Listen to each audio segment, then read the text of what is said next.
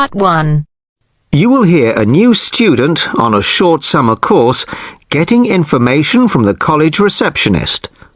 First, you have some time to look at questions 1 to 5.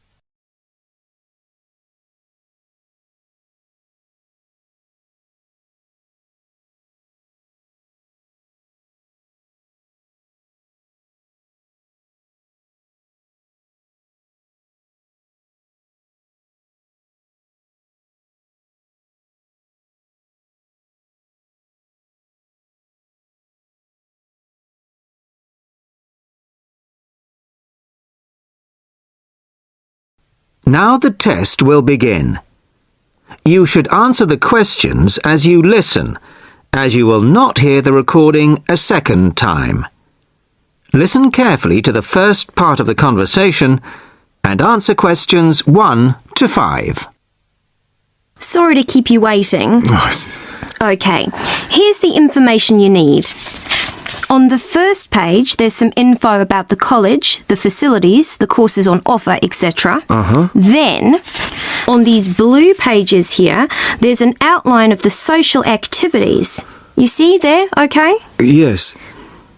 Now, this part of the booklet here, the yellow pages, that's the main program starting at 9 a.m. tomorrow. 9 a.m., okay. So all the new students will be gathering in Herville Hall at 9 o'clock. Sorry, where? Herville Hall. I'll spell it for you. It's Hervill and then Hall for hall, of course. It's the big white building by the entrance. Okay, I've seen it. Right. Anyway, you'll be in there for an hour. First, the Director of Studies will explain the various courses we offer and the requirements for them.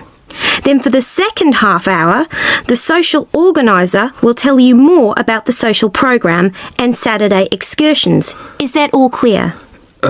Yes, I think so. Then where do I go after that? Yes, okay. After the talks in the hall, there's a break.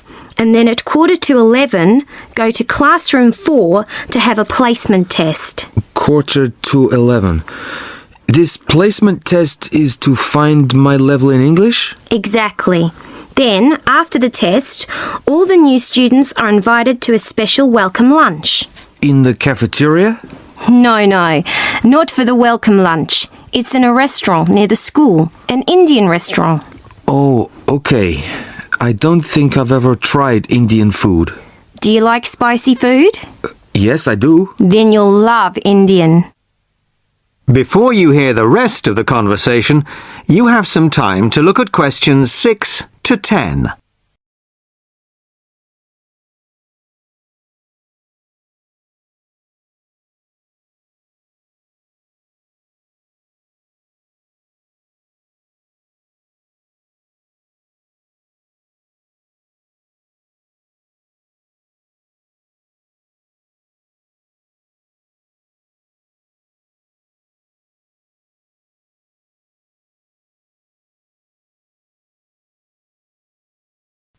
Now listen and answer questions 6 to 10. So, where's the Indian restaurant? Don't worry, it's really easy to find. Have you got that map I gave you? This one? Yes, that's it. See here, the main entrance to the school? Yes? Well, don't go out of there. There's a smaller entrance here, round the back.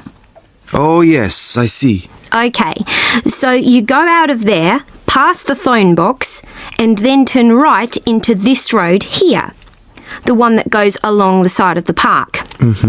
You'll see a supermarket on the left, and then it's just after that on the right.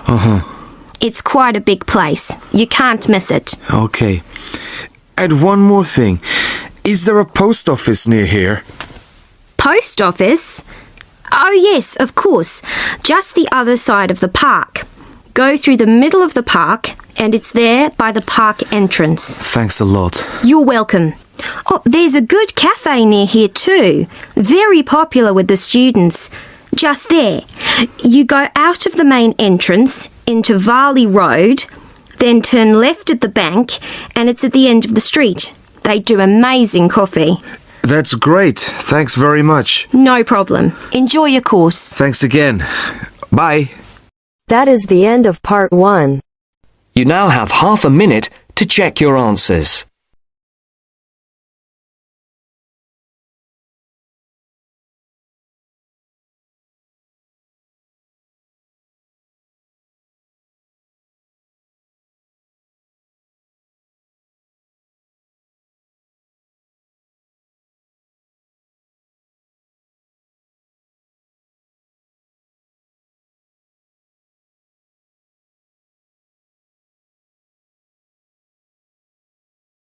Now turns to part 2. Part 2. You are going to listen to a radio program on sleep deprivation. First, you have some time to look at questions 11 to 15.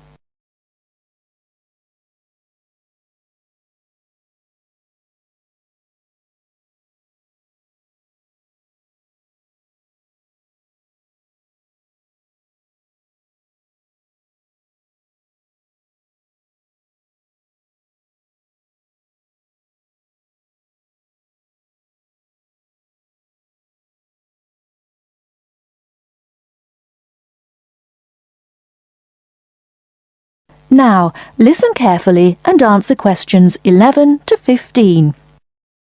With us in the studio today are Dr. Peter Collins, a senior lecturer in the Department of Psychology at the University of Chicago, and Helen Gardner, the author of the book Deep Sleep.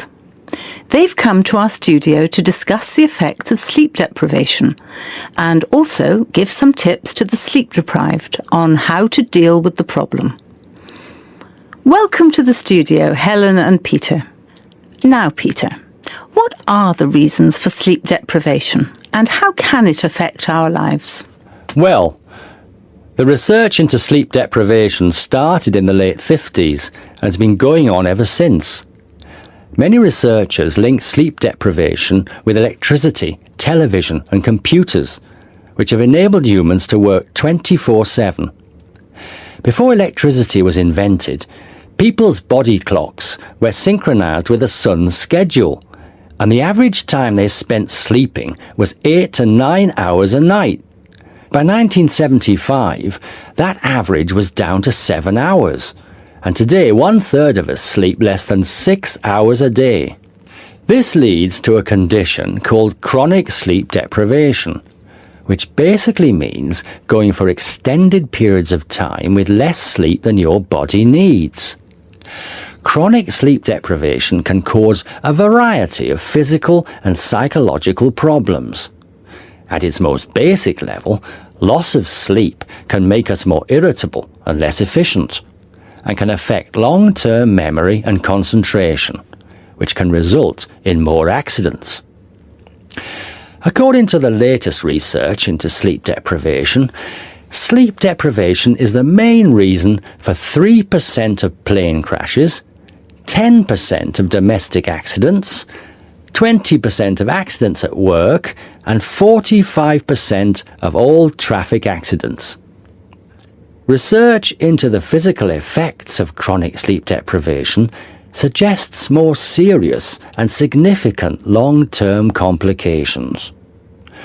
Research from my university, the University of Chicago, has shown that sleep deprivation interferes with how the human body regulates insulin and sugar metabolism, which can increase the risk of diabetes. People who are sleep deprived have weakened immune systems and are more prone to viruses and other kinds of infections. People who don't get enough sleep have cognitive problems or difficulties processing and assimilating new information. Lack of sleep affects long-term memory and slows down such abilities as judgment and reaction times.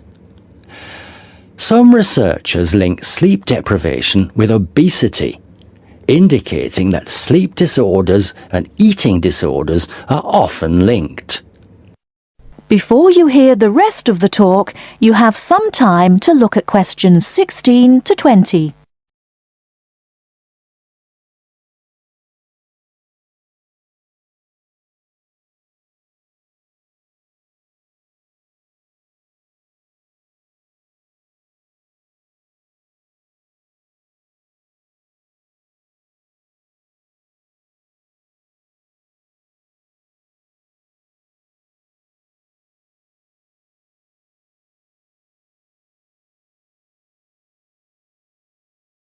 Now listen and answer questions 16 to 20. Helen, you've done a fair amount of research for your recent book on helping people deal with sleeping problems. Could you give our listeners some tips on managing their sleep? Well, if you spend several hours a night tossing and turning in bed, trying to fall asleep, you first have to find out how much sleep you need. To do so, you'll need to try and sleep 6 to 9 hours a night. Set aside 3 days for the experiment. It's best to do it on a long weekend or a holiday to ensure it doesn't get interrupted. During the experiment, you should go to bed at the same time every night and give yourself 6, 7, 8 or 9 hours of sleep. Then monitor the way you feel throughout the day to find out how many hours of sleep you need in order to feel your best. Once you find out how much sleep you need, you can work on improving the quality of your sleep. The main secret here is to allow yourself 1 or 2 hours to relax before going to bed. You may want to try and have a warm shower or bath before going to bed. Doing some quiet activities such as reading or filing can help some people relax. A warm drink in bed helps to induce sleepiness. Some people take up yoga or meditation to help them relax at night. Different techniques will work for different people, so it's best to experiment and find the one that suits you best. You should definitely avoid using technology before going to bed. Activities such as playing video games, watching TV, and others which require you to use your attention can stop you from falling asleep. Avoid eating before going to bed. A late dinner can disrupt your sleep. Not only is going to bed with a heavy stomach bad for digestion and can make you overweight, but it can also keep you awake for hours. Caffeine-rich drinks can increase your heart rate, which can stop you from falling asleep. Energy drinks also have the same effect on your body. You should avoid drinking these at night. The same goes for vigorous physical exercise such as weightlifting or working out on a treadmill. In many cases, you can reset your body clock and make it tick for you by changing your lifestyle. If your sleep deprivation is severe, it's always best to seek professional advice and get an appointment with your doctor, who might prescribe you sleeping pills. Thank you, Helen. We'll be back after the break and we'll be answering questions we've received from our listeners. That is the end of part 2. You now have half a minute to check your answers.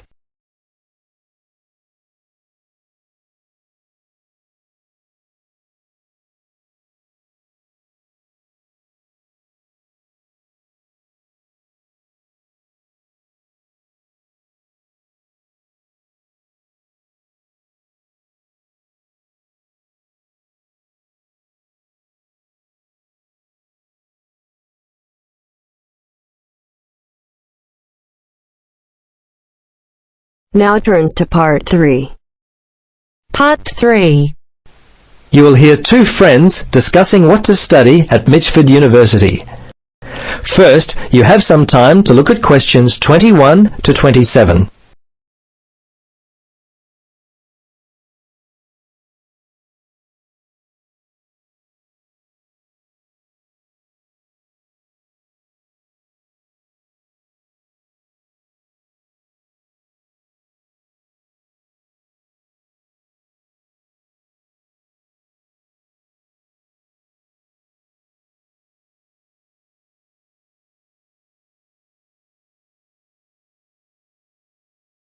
Now listen carefully and answer questions 21 to 27.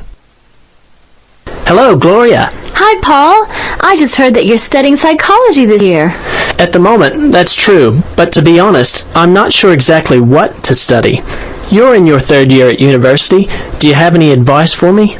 Well, it's a difficult question for me to answer, but I do have some ideas based upon my personal experience that may be of help. Anything would be helpful at this point. I'm feeling a little worried about what I should do. Well, there are a few things that I would recommend. Firstly, ask yourself, what do you really enjoy studying? For example, maths, English, science?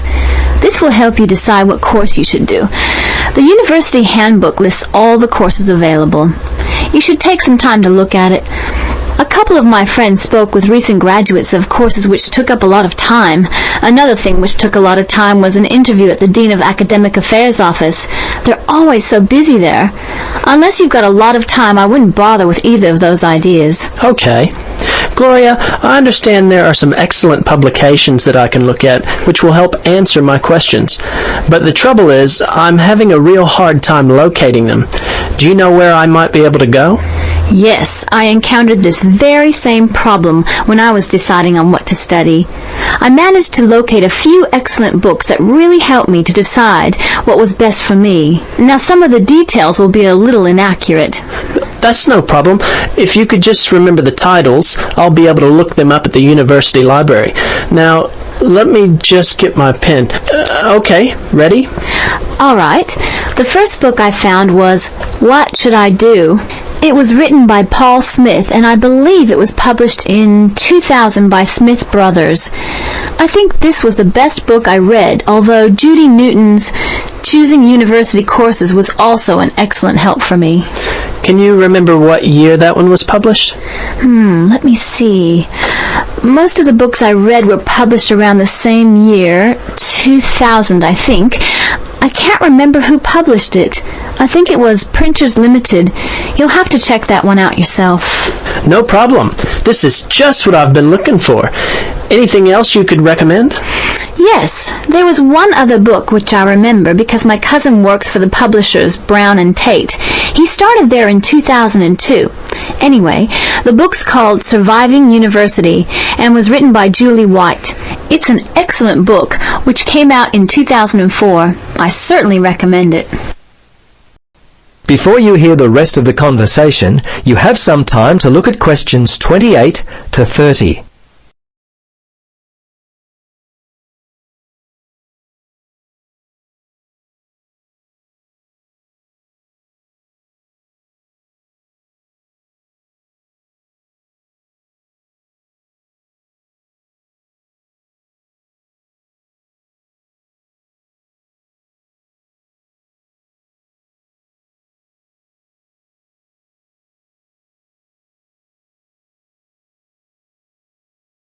Now listen and answer questions 28 to 30. Gloria, this discussion has been so helpful. I wonder if I might ask one more question. Sure. What would you like to know? Well, I'm wondering why you finally decided to study psychology. Well, what helped me to decide was my interest in working with people. I think that's what you've got to really decide in your own mind. Do people give you energy or do they drain you of energy? I asked my friends what they thought of my idea, and most of them thought it was a good choice. Yeah, you know, I think my parents or family members who know me well would be a good place to start. I think if you like to research subjects, you might prefer to work by yourself. That could help you to decide what area you should study. For me, I like working with numbers, and I knew psychology involved a lot of this, so that also helped me to choose my course of study. The bottom line is you've really got to know what you naturally like to do. Once you work that out, you simply choose areas of study that relate to those things. Well, Gloria, I can't thank you enough for your time. Would you be interested in joining me for a coffee? That is the end of part 3. You now have half a minute to check your answers.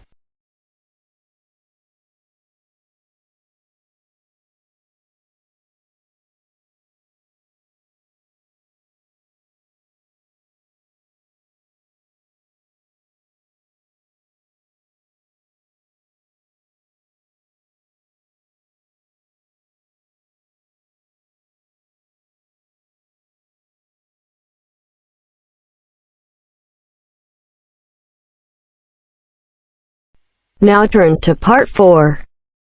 Part 4. You will hear a lecturer talking about food preservation. First, you have some time to look at questions 31 to 37.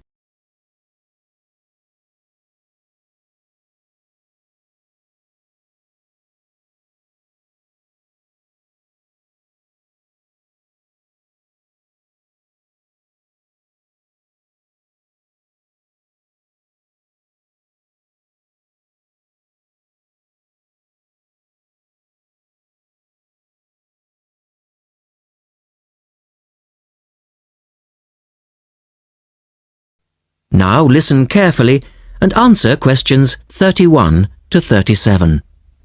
In today's lecture, I'd like to look at the topic of food preservation and start by asking the obvious question, why do we need to preserve food?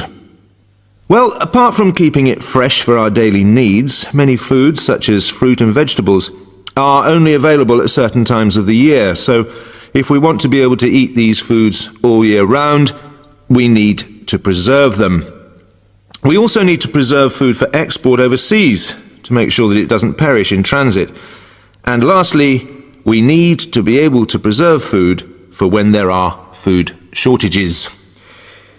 There are a number of methods of preserving food which involve both high and low temperatures, chemicals, irradiation, and drying. Let's have a look at these in turn. In the 1870s, the French scientist Louis Pasteur showed that microorganisms in food could be destroyed by raising the temperature of the food, a process now known as pasteurization. This involves heating milk to just 65 degrees Celsius for 30 minutes. A new method, the ultra-high temperature, or UHT process, involves heating milk to 150 degrees Celsius for 3 seconds. The advantage of treating milk in this way is that it lasts much longer, though I tend to feel, and I'm sure many of you would agree, that taste is somewhat sacrificed in the UHT process. Tin cans were first used in the early 1800s to store and preserve food. Just as they are now, the cans were tin-plated steel containers, and the process had the advantage of being cost-effective. Unfortunately, however, there were many early cases of food poisoning because the canning process was not fully understood at that stage. We now know the exact temperature and length of time each food needs for proper preservation, which has greatly reduced the risk of food poisoning. People living in cold climates often preserve food by burying it in the snow, and the Romans knew all about the advantages of packing food in ice. But for most people, this was not an option until the invention of the refrigerator in 1834. Today, however, refrigeration is the most important means of preserving food because the food stays fresh without needing to be treated. However, refrigeration requires an electricity supply, and unfortunately, if the power goes off, so does the food. A variety of chemicals can be added to food, and you'll find their names listed on the labels of cans and bottles. Salt is probably the oldest of all the chemical preservatives and was used by many ancient civilizations for many years. Sugar also acts as a preservative and is used to preserve jams in much the same way that vinegar is used to pickle foods. Chemical preservatives are effective, but they do not suit all foods, and the processes involved are time-consuming. Another method of preserving food is by drying it. Most foods are 75% to 90% water, so if you remove the water, the microorganisms simply can't survive. When food is dried, it not only lasts a long time, but it also becomes much lighter, which is a big advantage, as this makes it cheap to store. Though some people argue that valuable nutrients are lost in the process. In the second part, the speaker describes the process of drying food. Look at questions 38 to 40.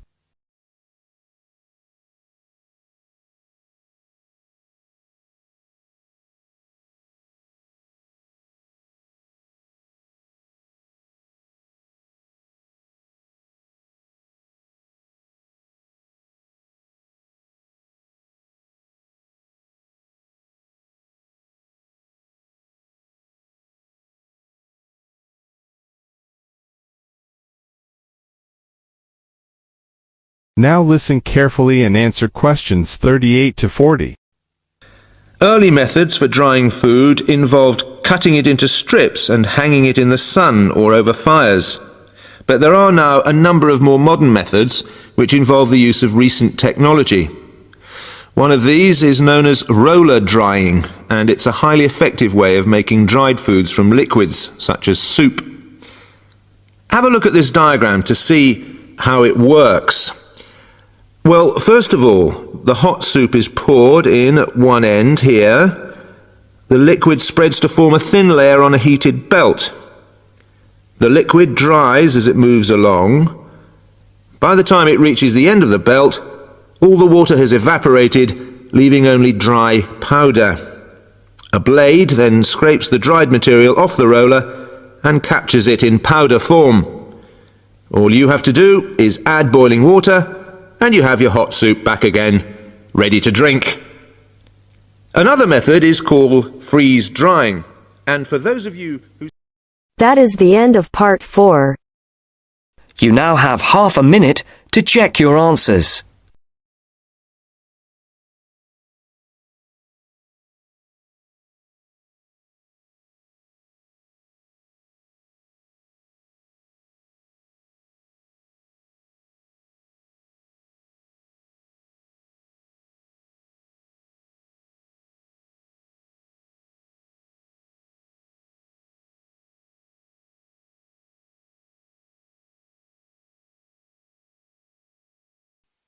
Give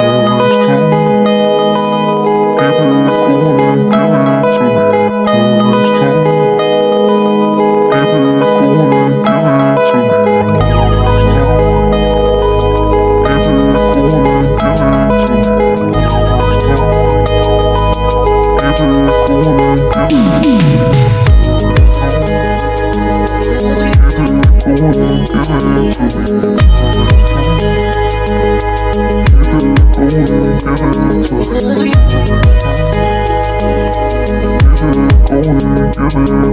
to me.